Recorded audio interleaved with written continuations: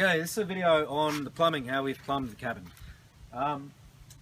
As you can see, this is the back of the roof, this is the back of the cabin, and it slopes down back towards us, and it's got a capture area of about 10 by 6, so about 60 square meters up there.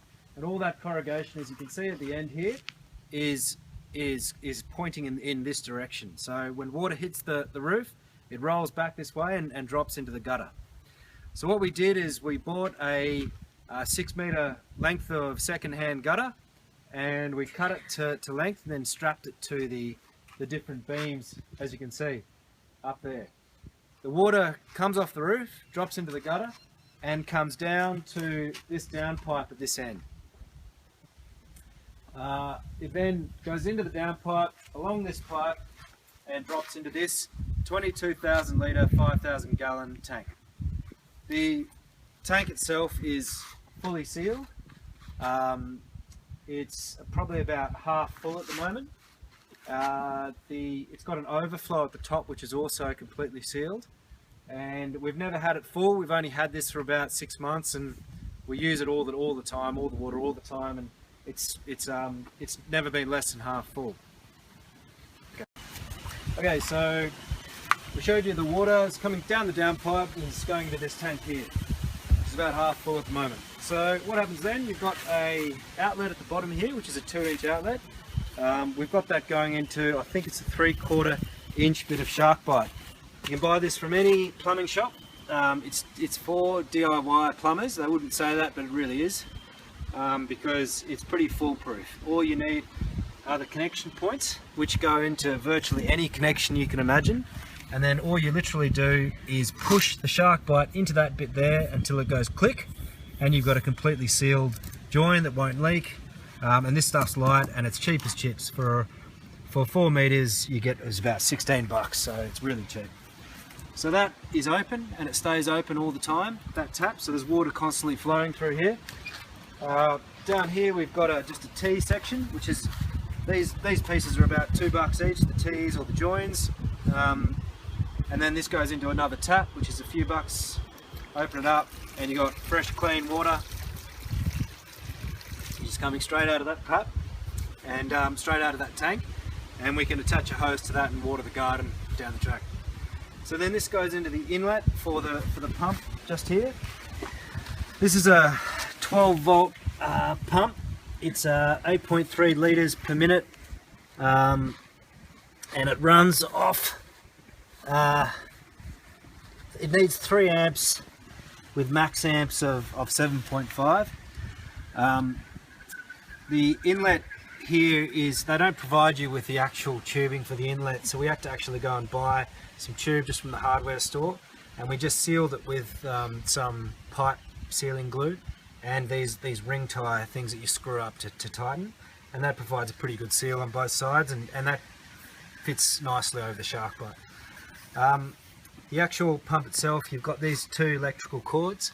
They just go up underneath the house and they run all the way along the house and then go into the solar box, which is probably about 5 meters away. So you get quite a lot of length out of them if you want to sit it outside like we have. Given this is a completely sealed unit, so it should be fine out here in the rain, and we've tried to give it a bit of protection from the sun by putting this little thing around it. So that's the inlet point for the pump. This is the outlet point for the pump. There's only one, and it comes round, it goes around this angle bend, through just a connection and up into the house. Okay, so this is where the SharkBite, this is the toilet at the back corner of the cabin, and this is where the SharkBite comes up through the floor that I showed you just at the end of that last video. There's only the one pipe. It comes up to this section here, which is a T section, and then it keeps going up with another tap there, and it goes up through the top of the roof at that point up there in that corner. This other piece tees off here, and that goes off to the shower. So now I'll show you where that is. It comes over the roof there. That's the white cord at the top, and it comes down the side here to this tap right here. Okay, so it comes to that tap right there. It's a pressure pump, so as soon as you turn the pump on, it'll come up to pressure and then it'll turn itself off and wait till there's a pressure drop before it turns itself on again. So we'll turn the pump on now. This is our solar box. We put a little switch on it,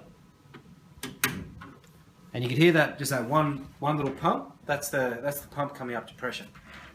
So now there's water up at pressure, trying to push against that pipe, that tap there, and the tap in the toilet that I showed you just before.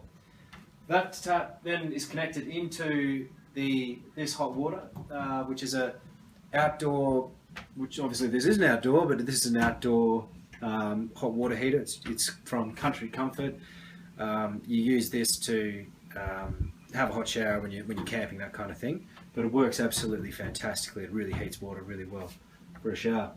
The water comes in here. As soon as you turn it on, it's triggered to turn it on. This has actually got two batteries in here, D batteries, which provide the spark to light the burner.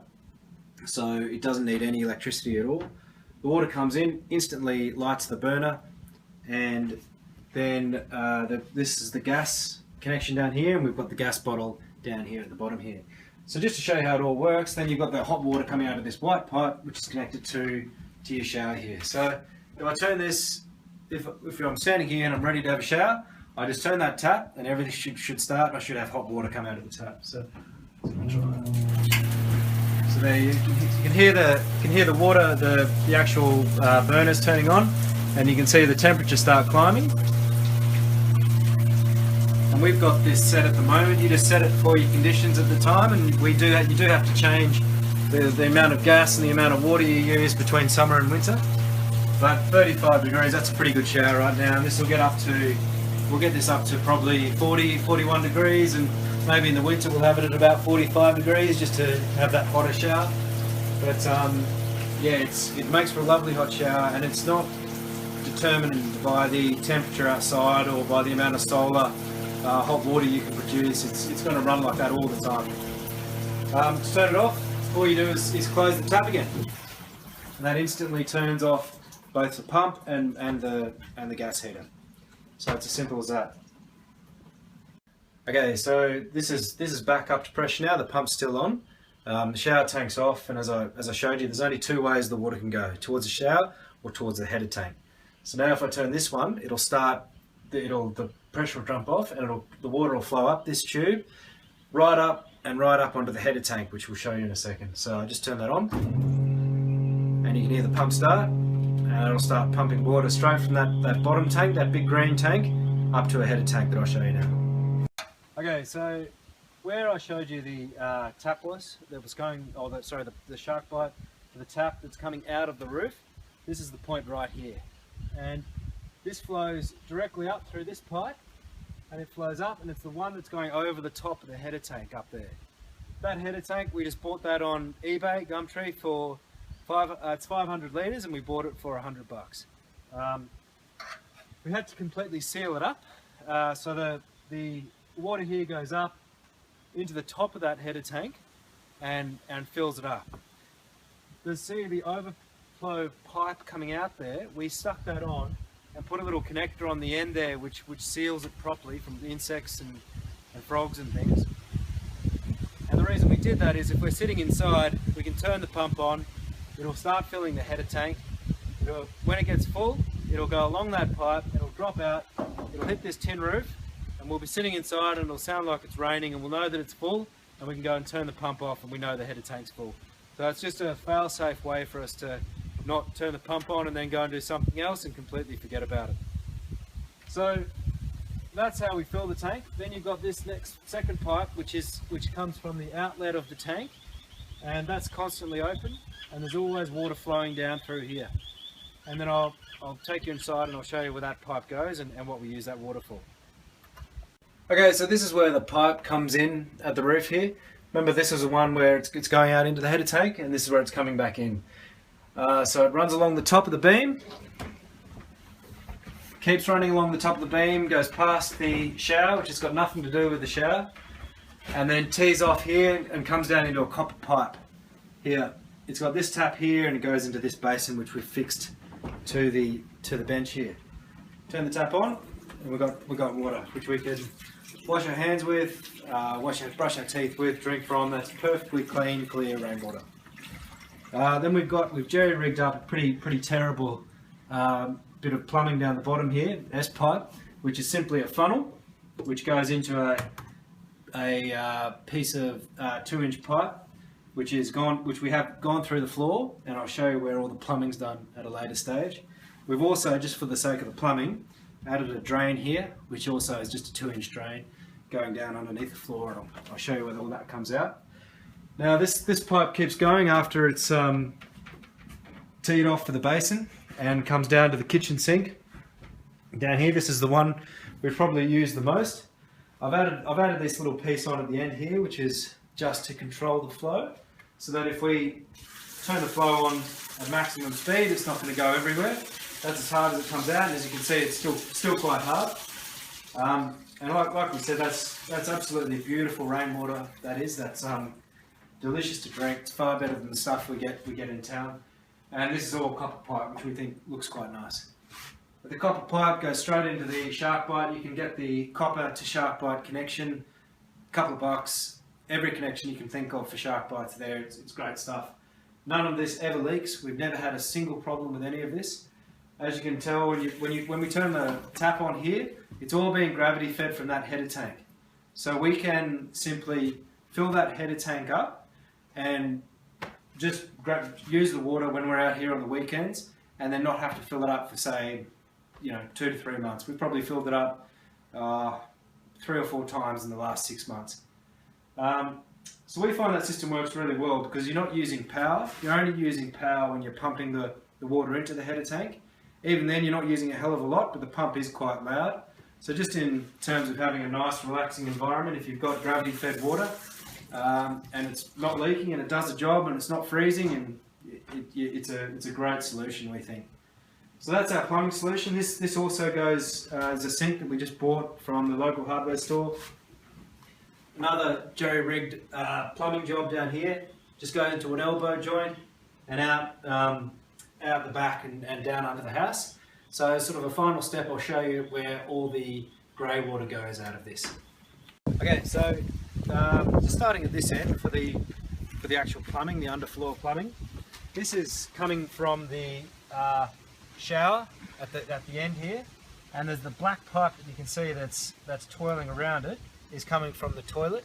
So we've got a toilet in there which is for peeing only, where you pee in the front of it, it instantly goes down this pipe and it comes into the grey water here, and then it gets flushed out with the water from the shower. So it's a good little solution of combining all the plumbing. So that comes down there. This connection here is from the basin, and it's all flowing downhill. It's at a very slight gradient downhill there. The one you can see under there is the one from the centre of the bathroom floor, which is just if there's some kind of emergency in the shower, so everything's starting to leak, the water's got somewhere to go and it doesn't fill up the cabin. Okay, so just moving to the other end here. This is the kitchen sink just here. Water's coming out there, and it's also got a slight gradient going down to this T-piece, and then it all flows out here and ends up just out here underneath this tree. And you can obviously see where the grass has quite liked the extra nutrient that it's getting from all of our grey water. So we try not to use any chemicals with our shampoo or our conditioner or our things we wash our hands with. We try to keep to plant-based things, so obviously it's not doing any damage to the country at the moment. And that's it. That's basically the entire plumbing solution that we've come up with. We don't see any reason to get any more technical or any more advanced in terms of what plumbing we need here. We've got all the running water we need. If we go for a more, we've got a long drop for number 2s in terms of the toilet. And if we want to, if we move out here more permanently, we'll definitely get some kind of compost toilet solution which might sit underneath the house here, which allows us still not to add any more water. So really, aside from if we added another tank, if we needed it, though I can't see why we would, this is a solution that can work for any small cabin. All you need is a battery, a solar set, and a 12-volt pump and a couple of tanks, one on the ground and one up high, and the rest you can do with very, very simple DIY plumbing. Hope that helps.